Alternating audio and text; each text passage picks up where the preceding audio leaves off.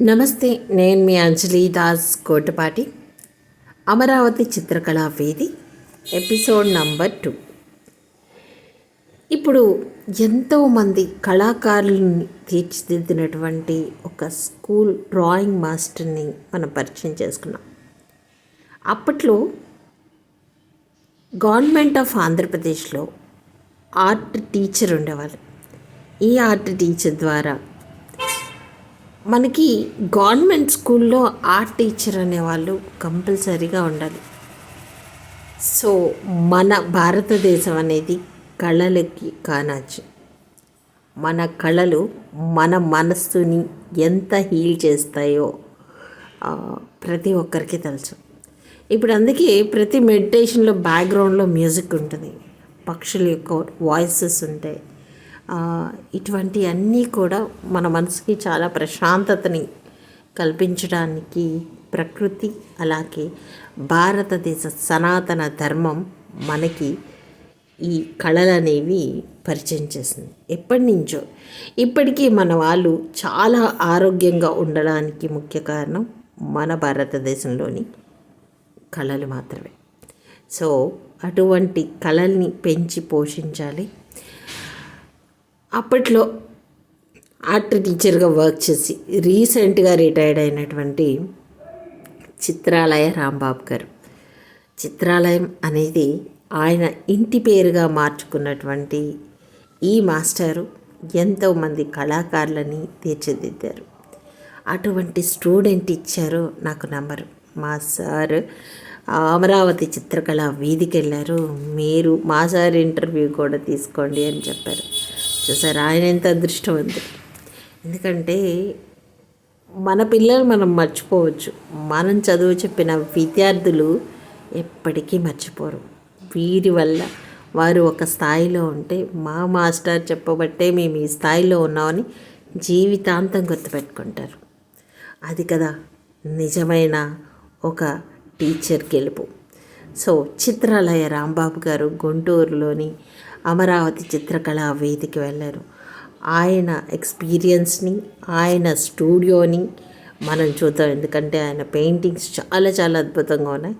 ఆయన పెయింటింగ్ స్టూడియోని చూస్తూ ఆయన అభిప్రాయాన్ని మనం తెలుసుకున్నాం. ఓకేనా, రండి మనం ఏలూరు వెళ్దాం. ఏలూరులోనే మన చిత్రాలయ రాంబాబు గారు ఉంటారు. నమస్కారం, నా పేరు రాంబాబు, నేను ఆర్టిస్ట్ని. మాది ఏలూరు. నా పెన్నేం చిత్రాలయ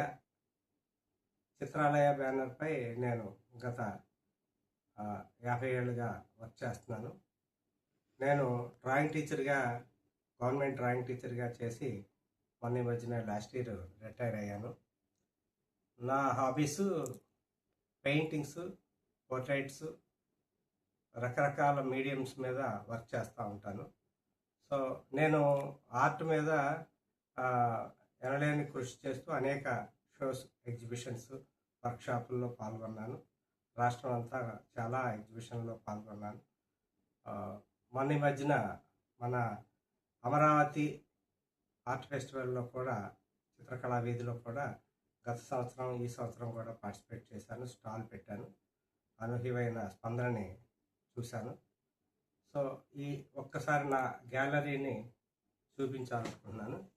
చూసిన తర్వాత ఇది నా స్టూడియో. ఏలూరులో మా ఇంట్లోనే నేను ఒక స్టూడియోని ఏర్పాటు చేసుకున్నాను. కంటిన్యూ వర్క్ చేస్తూనే ఉంటాను. ఈ వర్క్స్లో కొన్ని వర్క్స్ మాత్రమే ఈ గ్యాలరీలో ప్రదర్శించడం జరిగింది. ఎక్కువగా నేను ఆయిల్ వర్క్స్ చేస్తుంటాను, అలాగే వాటర్ కలర్ వర్క్ కూడా చేస్తుంటాను. ఈ మధ్యన యాక్రిలిక్ వచ్చింది కాబట్టి యాక్రిలిక్ని కూడా ఎక్కువగానే చేస్తూ ఉంటాను.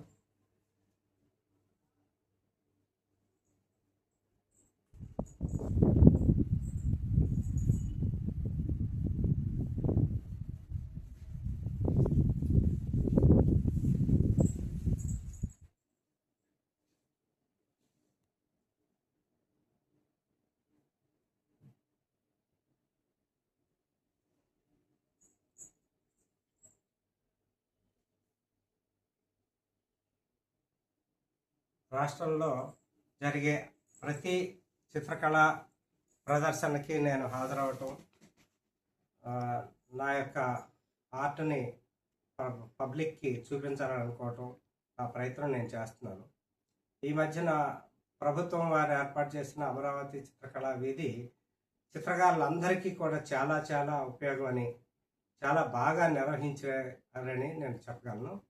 ఈ నిర్వహణలో చిన్న చిన్న లోపాలు ఉన్నప్పటికీ కూడా మన బెంగళూరు చిత్ర సంతలాగా మనం కూడా పబ్లిక్కి అలవాటు చేస్తే చిత్రకళ యొక్క ఉద్దేశం ఏదైతే పబ్లిక్కి చిత్రకళ మన అందరికీ కూడా అలవాటు చేయాలి, దాన్ని ప్రోత్సహించాలనుకుంటే అలా ప్రభుత్వం తరపు నుంచి ఈ విధమైన సహకారం, ప్రదర్శనలు, షోస్ ఏర్పాటు చేస్తే అందరికీ కూడా చిత్రకళని ప్రోత్సహించినట్టు అవుతుంది.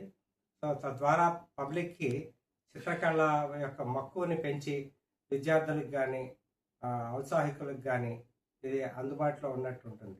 అయితే ముఖ్యంగా చిత్రకళని అప్పుడప్పుడు మనం రోడ్ షోస్ చేయటం కాకుండా ఒక గ్యాలరీని పర్మనెంట్గా ప్రభుత్వం వారు ఏర్పాటు చేసినట్టయితే ఇది కంటిన్యూ పబ్లిక్ ఎవరికైనా పెయింటింగ్స్ కావాలనుకుంటే ఒక గ్యాలరీలో సేల్ చేసుకోవచ్చు అనేది, అమ్ముడవుతాయి అనేది తెలిస్తే అది ఇప్పుడు షోరూమ్స్ లాగా ఒక గ్యాలరీని పర్మనెంట్గా ప్రతి జిల్లా హెడ్ క్వార్టర్స్లో కూడా పెట్టినట్టయితే ఇంకా మంచి ఉపయోగం అని చెప్పేసి ఒక సీనియర్ ఆర్టిస్ట్గా నా అభిప్రాయం.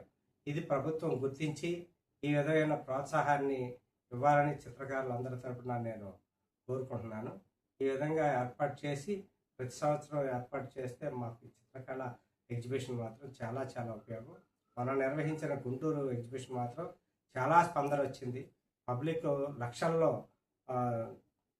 తీర్థంలాగా వచ్చి చిత్రకళని చూడటం కానీ, అభినందించటం కానీ, ఆస్వాదించటం కానీ చాలా ఆనందాన్ని కలిగించింది చిత్రకారులుగా మాకు. అలాగే సేల్ కూడా ఉండాలంటే కొద్దిగా అందరికీ అలవాటు అవ్వాలి. దాని యొక్క విశిష్టత అది కూడా పబ్లిక్కి తెలియాలంటే కొన్ని రోజులు పడుతుంది. కాబట్టి పర్మనెంట్ గ్యాలరీస్ ఏర్పాటు చేసినట్టయితే మా అందరికీ చాలా ప్రోత్సాహంగా ఉంటుందని నిర్ణయించుకుంటున్నాను. నమస్కారం.